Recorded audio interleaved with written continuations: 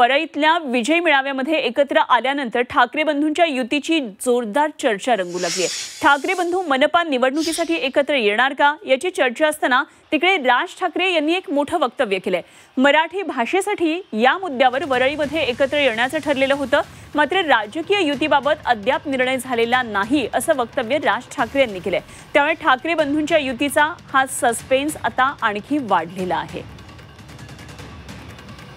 तर राज ठाकरेंनी नेमकं काय म्हटलेलं आहे या संदर्भात एकदा आपण पाहूया ग्राफिक्सद्वारे। तर वरळीतल्या विजय मेळावा फक्त मराठी पुरताच, मेळाव्याचा राजकारणाशी संबंध नाही, निवडणुका जाहीर झाल्यानंतर परिस्थिती पाहून निर्णय घेऊ। इगतपुरीमध्ये मनसे अध्यक्ष राज ठाकरेंनी हे वक्तव्य केल्याचं कळतंय। त्यामुळे निवडणुकीला अवकाश आहे आणि युती आता सावकाश होईल असं एकंदरीत सध्याचं हे चित्र दिसतंय। तर इगतपुरीमध्ये मनसेचा जो सध्या एक मेळावा सुरू आहे, यामध्ये हे शिबिर सुरू आहे, यामध्ये राज ठाकरेंनी हे वक्तव्य केल्याचं कळतंय। त्यामुळे दोन ठाकरे बंधूंची ही दोन महत्त्वाची वक्तव्य आहेत आणि या पार्श्वभूमीवर आता ठाकरे बंधूंची युती होणार की नाही याबाबतचा संभ्रम आणखी वाढलेला आहे। आणि याच बाबतीत आणखी सविस्तर चर्चा करूया। आमचे प्रतिनिधी योगेश खरे आपल्याबरोबर थेट नाशिकमधून जोडले गेले। योगेश, आता आपण ही दोन महत्त्वाची वक्तव्य ठाकरे बंधूंची ऐकली। एकतर ठाकरे बंधूंनी एकत्रित येऊ नये यासाठी प्रयत्न केले जात आहेत असं उद्धव ठाकरेंचं म्हणणं आहे, तर राज ठाकरे यांनी सावकाश भूमिका घेतलेली, अजून युती संदर्भात चर्चा नाही, वेळ आहे असं म्हणतात। काय एकंदरीतच या संदर्भात पुढचे तपशील?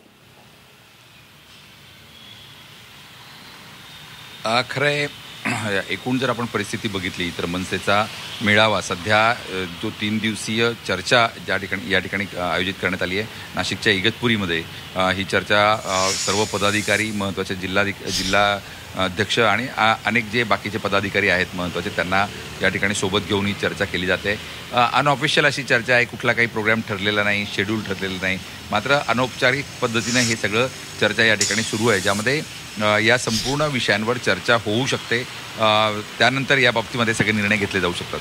आत्ताचं जर आपण परिस्थिती बघितली तर एकूणच मेळाव्यामध्ये ज्या काही अनौपचारिक चर्चा राज ठाकरे यांनी या ठिकाणी कार्यकर्त्यांशी केल्या आहे, वरिष्ठ नेत्यांशी केल्या आहे, त्यामध्ये एकूणच असं म्हटलं गेलं आहे की सध्या जी काही वाटचाल झाली ती केवळ मराठी भाषेपुरती आणि जी काही हिंदीचा GR रद्द झाला त्यामुळे विजयी दौऱ्यापुरती होती। मात्र त्यानंतर जी काही चर्चा होणार आहे किंवा युती जी करायची आहे, राजकीय युती जी करायची आहे, ती कदाचित आपण नोव्हेंबर-डिसेंबरपर्यंत या विषयावर निर्णय घेऊ, कारण अजून बराचसा काळ जायचा आहे, निवडणुका जाहीर व्हायच्या आहे आणि परिस्थिती हळूहळू बदलू शकते।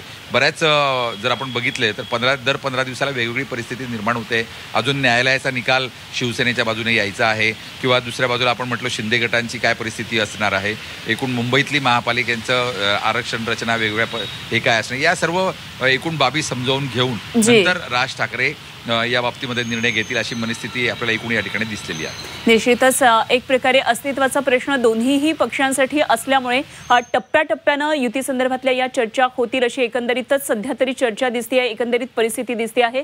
योगेश, धन्यवाद दिलेल्या सगळ्या सविस्तर माहितीसाठी। योगेश खरे आमचे प्रतिनिधी आपल्याबरोबर होते।